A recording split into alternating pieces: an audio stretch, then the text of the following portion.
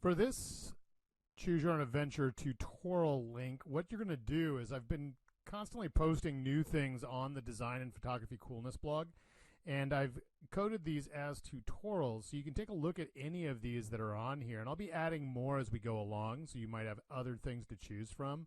What you'll do is just click on one of the links and go through the tutorial. You can do it depending on which one it is. It's Illustrator, InDesign, or Photoshop, and it's totally up to you to decide which one in particular you would like to do. If you choose to do this mini pug one, you don't have to do every single one of those particular pugs. It's a lot of pugs to deal with, but I would choose a couple. The animal ones are really good. You don't necessarily use the photos that they're using. If you want to use a picture of your own dog or cat, that's perfectly fine.